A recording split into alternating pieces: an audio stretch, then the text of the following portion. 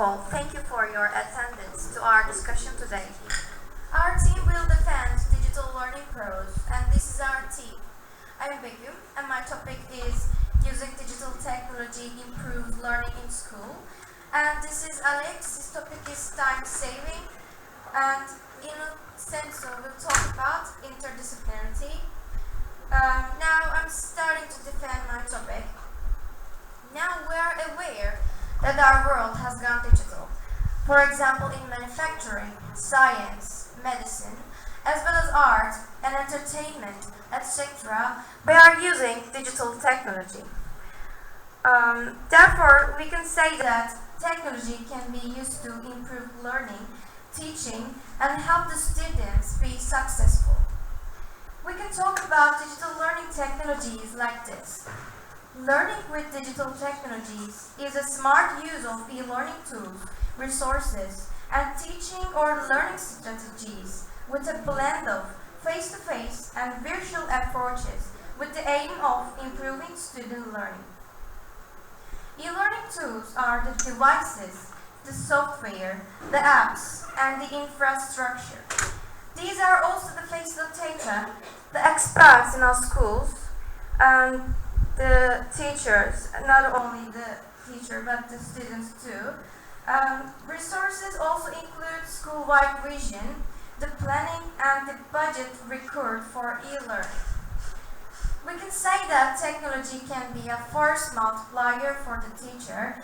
Instead of the teacher being the only source of a classroom, students can access websites, online tutorials, and more to assist them. Education doesn't stop at the end of the school day because students have access to teachers, resources, and homeworks via the web and access these resources at any time, whether from the teacher via email or online collaboration from a help website. Let's take a look at this subject from the another aspect, parental involvement. As you know, sometimes our parents can be busy, work different hours, then school timetable, and can't always help their child with homeworks and come to school with conferences and meetings. But technology can help. Parents can go to class websites and see what their child is working on, and they can contact the teachers, and they can even check their child's attendance through online systems. Technology can also help with projects and skills. They can connect students at other schools and do collaborative work with them. They also learn technology skills while doing these projects. Teachers can use technology to find resources and attend virtual professional development seminars and conferences, most are free. And they can also use social media and other resources to find and share ideas and resources and get support from their colleges. In conclusion, technology is a very powerful tool for e-learning. And all of these, that what I'm talking about, improves learning in school. Thanks for listening.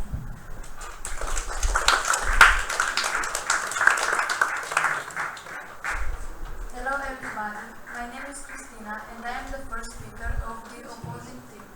The other speakers of our team are Jose and Natalia.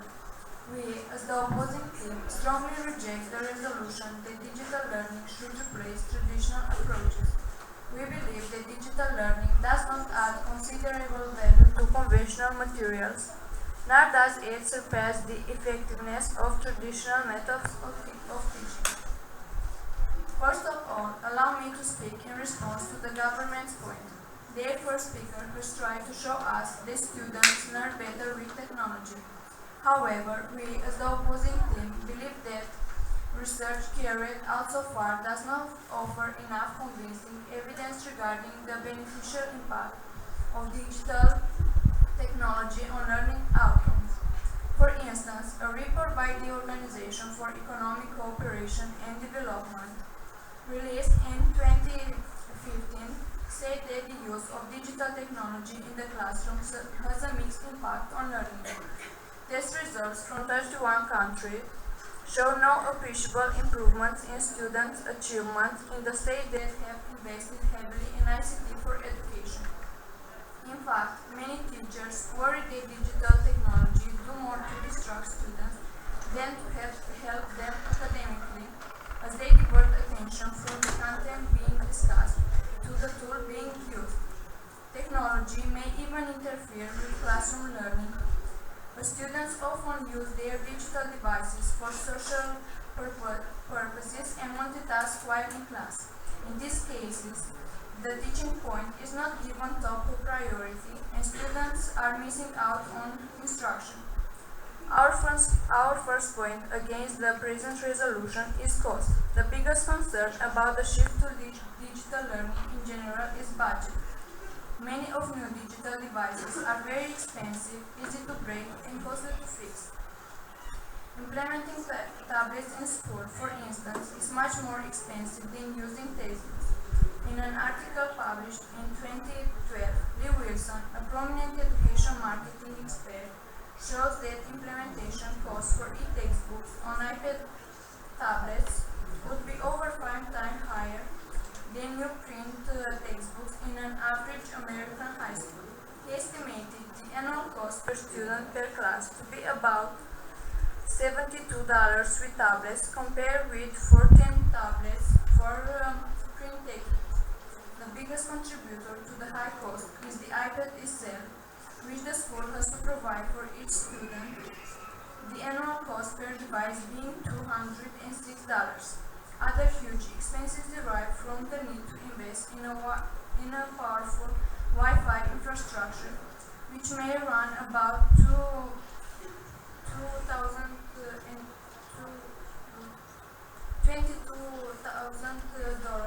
a year per school. A 2020 survey found that nearly 80% of American schools reported broadband internet connections that were inadequate to meet their current needs. Moreover, as children and teenagers are not known for handling their things particularly well, their gadgets would constantly require maintenance, repair, and replacement. There will surely be many cases of damaged, lost, or stolen tablets, having a negative impact on study in general, and of course leading to additional costs. A broken tablet requires an experienced technician to fix, which can be costly and time-consuming. Over the last years, interactive whiteboards have also become very popular for instructional use. However, one of the downsides of this technology is the cost per implementation. They are a major investment that many schools can't afford, as the cost of an interactive whiteboard, which includes several features such as the widescreen projector, smart pen, and software, runs from $3,000 to $10,000.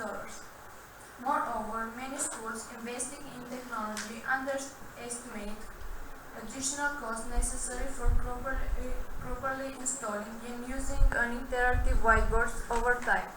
For instance, there are costs associated with wear and damage to the whiteboards and their accessories. The replacement cost for one projector bulb alone can typically be about $400. Likewise, the cost for a half-day training session in using interactive whiteboards can be as much as $1,000, and this professional development opportunity is absolutely necessary, as the potential of any technology will never be realized in a school without adequate teacher training. In conclusion, we believe that the instructional value of digital technology has not been clearly determined, and too often devices prove to be a major distraction in the classroom. We also feel that the cost of implementing the digital learning is too high, marginalizing poorer schools and increasing the so-called digital divide. Rich schools could afford to implementing digital devices such as tablet and interactive whiteboards, while low-income schools will be more likely to continue to pay for teachers or basic classroom supplies. Thank you.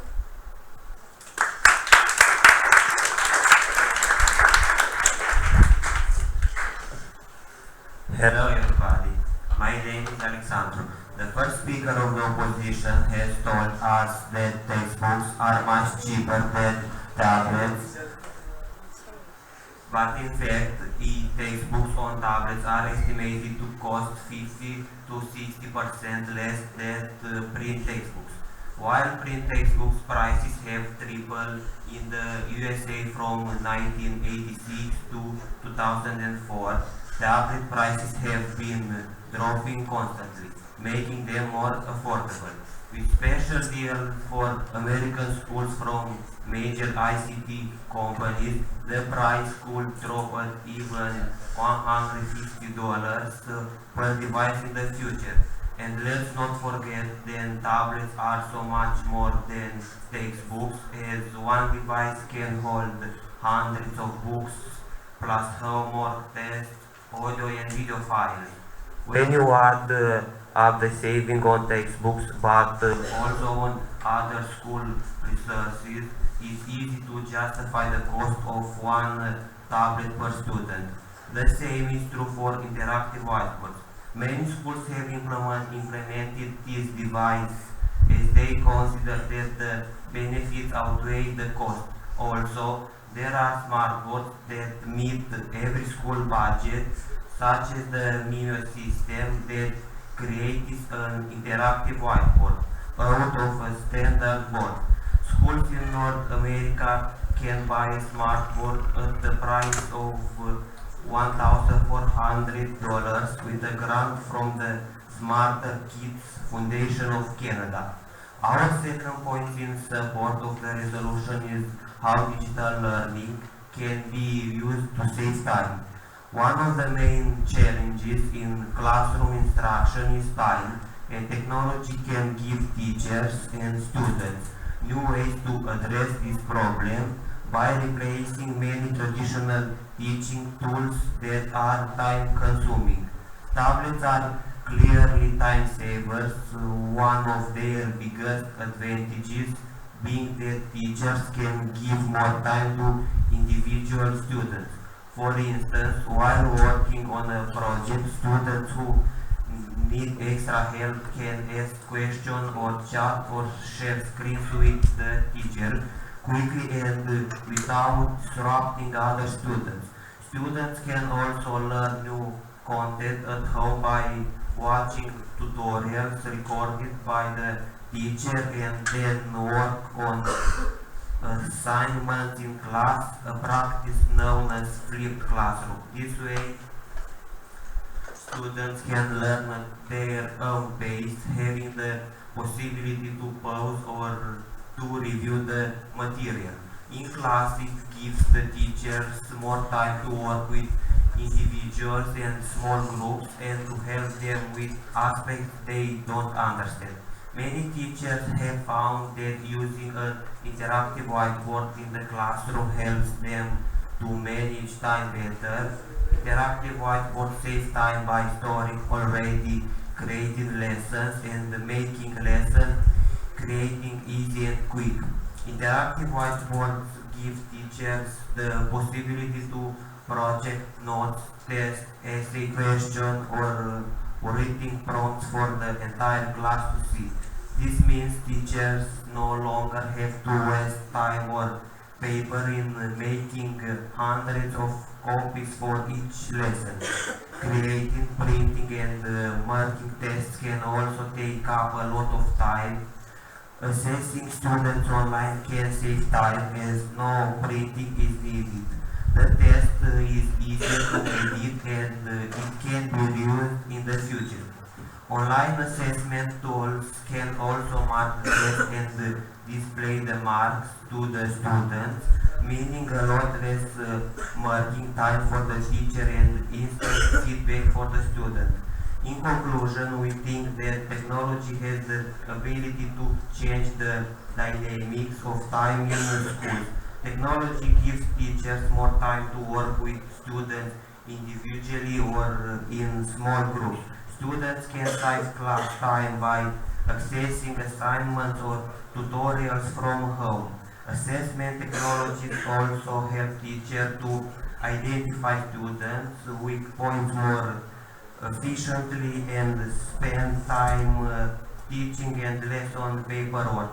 In the words of farmer West Virginia Governor Bob Wise, technology can be a force multiplier for teachers, permitting them to reach more students than ever before. Thank you.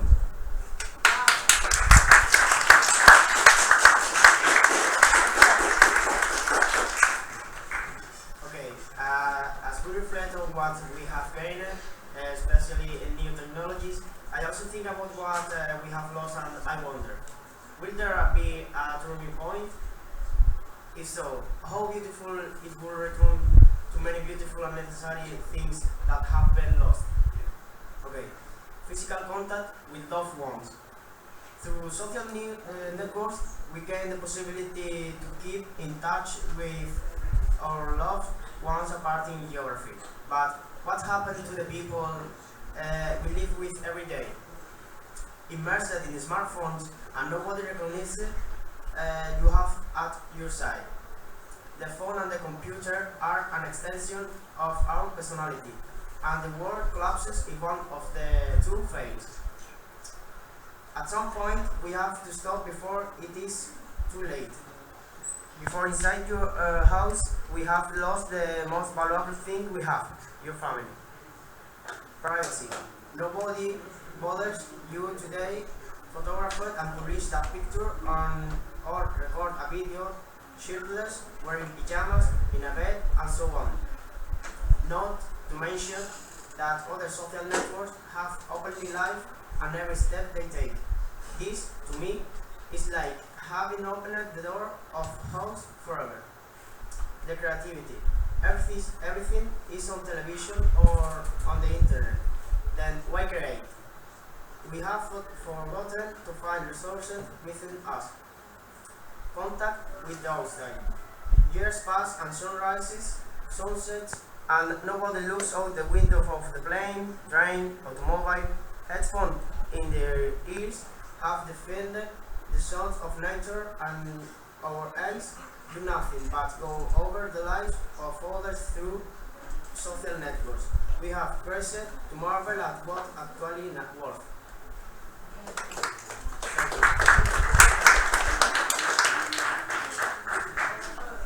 Hello everybody, I'm Inocenzo, I'm from Italy, and my topic is the use of the interdisciplinarity.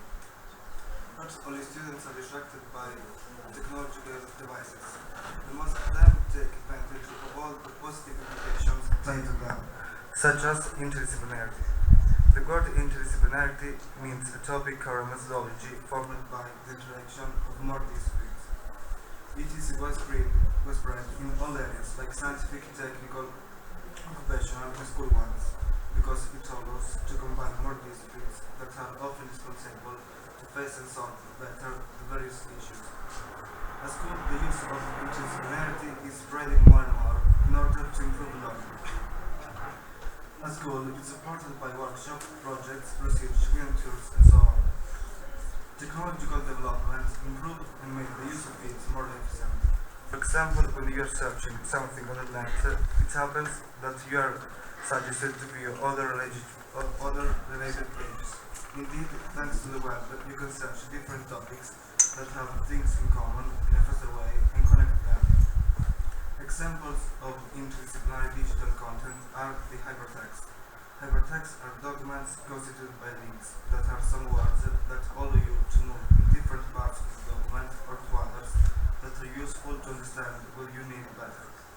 Multimedia content can also be interdisciplinary, as videos that contain different types of arguments put together. In short, interdisciplinarity, favored by the growing spread of technology, enables you a better learning, thanks to the union of many disciplines. Technology can give teachers and students great resources, new opportunities for learning ways to collaborate and create and save many time. In conclusion, digital learning technologies help the students to learn more efficiently, more fully, with mastery, and learn at the same time anywhere. Thank you all.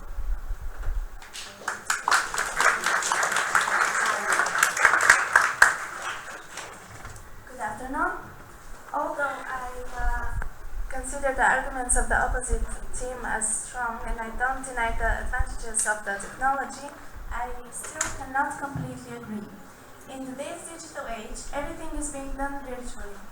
Mail is now sent through electronic accounts. I can see my parents every time I want, although they live far away from here. And increasingly more people are working and studying remotely from home. People no longer can imagine a time without instant communication, without finding information instantly. Although the advantages, as I said, of telecommunications cannot be denied, it's important to remember that before all the advancements in science and technology, people used to interact more. The truth is that humans are social beings. The young people and an increasing number of the adults find themselves active on the social media, scrolling their Facebook walls, and their search for connection shows that people crave human interaction. These characteristics separates us from the rest of the species in the animal kingdom.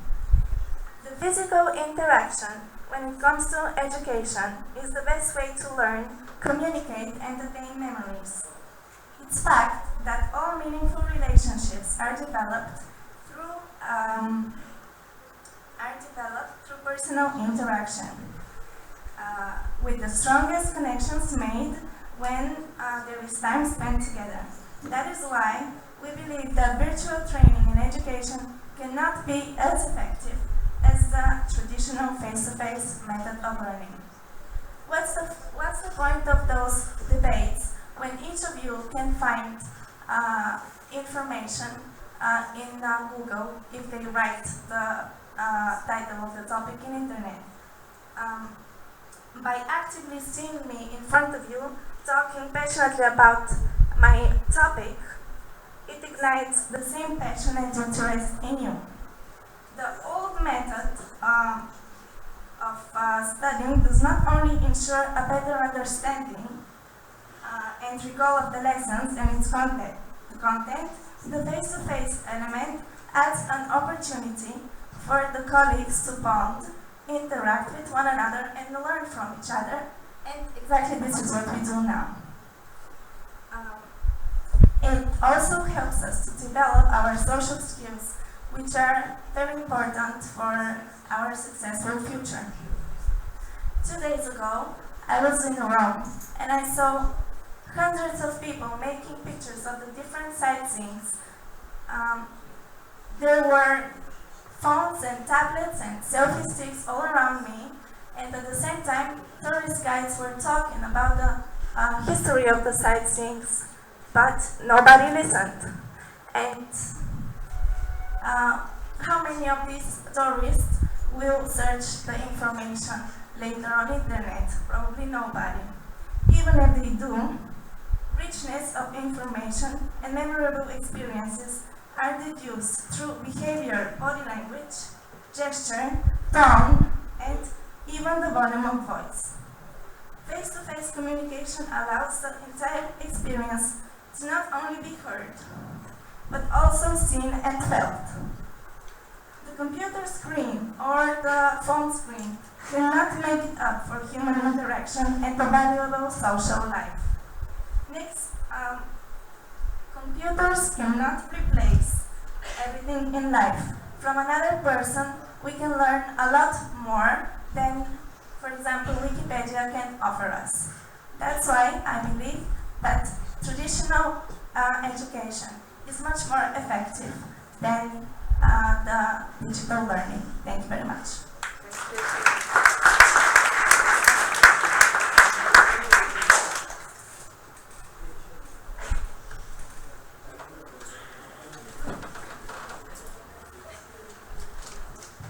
Okay, so I want to thank everyone for attending this debate.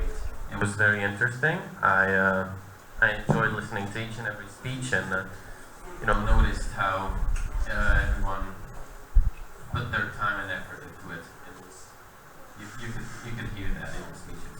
So I'm gonna go speech by speech. pointing out things you could improve and things I did like, which were good. And then in the end, I will choose the winning side. Okay, so the first pro speech by Begum was 3 minutes long, which would be really good time for a speech. But he wasted about 30 seconds of it with the introduction, which was made by the announcer Matteo. So it was a bit of a shame. We had the announcer, so it was not necessary. You could use this time to elaborate further on the argument he presented. Other than that, it was. I like that you established the situation your team was going after, as in you said what you thought the digital learning was. So, because I've heard the teachers arguing about whether digital learning is only through the computer or whether it's this hybrid learning that you established, which would be the teacher in the classroom and everyone owning a tablet or something. So, I like that you established that because it gives certainty to the entire debate and people know how to respond appropriately because of that. So, in other words, it was a very nice speech. Then there was the first con speech by Christina. It was 6 minutes, so it was great. You said a lot of things that needed to be said, but you also had an introduction, which is only a little point to be. It's not that important that you made it. It's not a big of a deal. So the speech was good because you backed it up with statistics, and you could link the statistics to the point of to the point you were making. So you did that really well because it was structured and people could understand it, and everything followed in a line. So it wasn't fractured. It was good. It was a good speech as well. Then went Alexandru, who had a nice speech and said a lot of things that needed to be said. What was great was that you summed up the entire speech in the end, giving you more time to speak, so that was nice. I had a little bit of a tough time understanding maybe if you spoke a little slower, that would be nice. And yeah, I guess that's it. Thank you for the speech. Then there was the second con speech by Jose, which the only thing I have to tell is that it was really short. You could have maybe drawn it out a little bit by talking slower or using more words for your sentences. But I noticed that you were talking about things that weren't really relevant to the entire debate topic. You were talking about how social media disconnects people and how people only consume through technology, but you didn't connect that to how it affects learning with children. Yeah. So I think you could have elaborated on that a little bit further. It's like you started very well, but you didn't really connect it. And I think that the time you didn't use for the speech could have been used to link your argument to the entire debate topic. Next up was Innocenzo, who also had a very short speech, but it was concentrated. We heard everything that needed to be said, but again, you could have elaborated by using maybe longer sentences or saying stuff twice, like not exactly, but drilling it into our heads, the arguments you were making. So I think you could have made the speech a little bit longer. And the last speech was by Natalia. It was very well worded, very well structured, and I knew what you were talking about during the entire speech. So that was pretty nice. But since through the entire argument you were making is that physical interaction with the teacher is really important for a kid's learning ability. But Begum established that the teacher and the children are in the same room, the classroom. So they had that physical contact. If you if you maybe said that kids didn't pay attention in the classroom when they're on tablets and computers, you could have linked that to the situation that they established. So, but even if it was a bit off of the topic, it was still very well said, and I noticed that you had no pauses or stuff, unnecessary ums like I'm doing right now, and so I like that you were confident, and you kept looking around, noticing if people listened to you, so that was very good. So, in conclusion, although this may be a bit biased because I am a bit biased myself, I give the win to the pro team because I personally agree with the topic, even though it might be not fair. Their arguments convince me more. So Okay. yes, thank you. Thank you. Thank you very much. Right. Okay. See you tomorrow at the 7:45. Go! Go!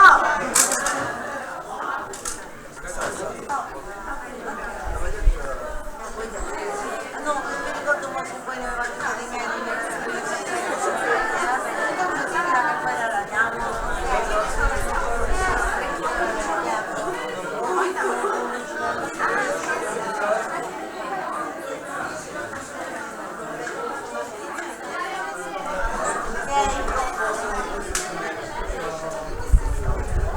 Go, go!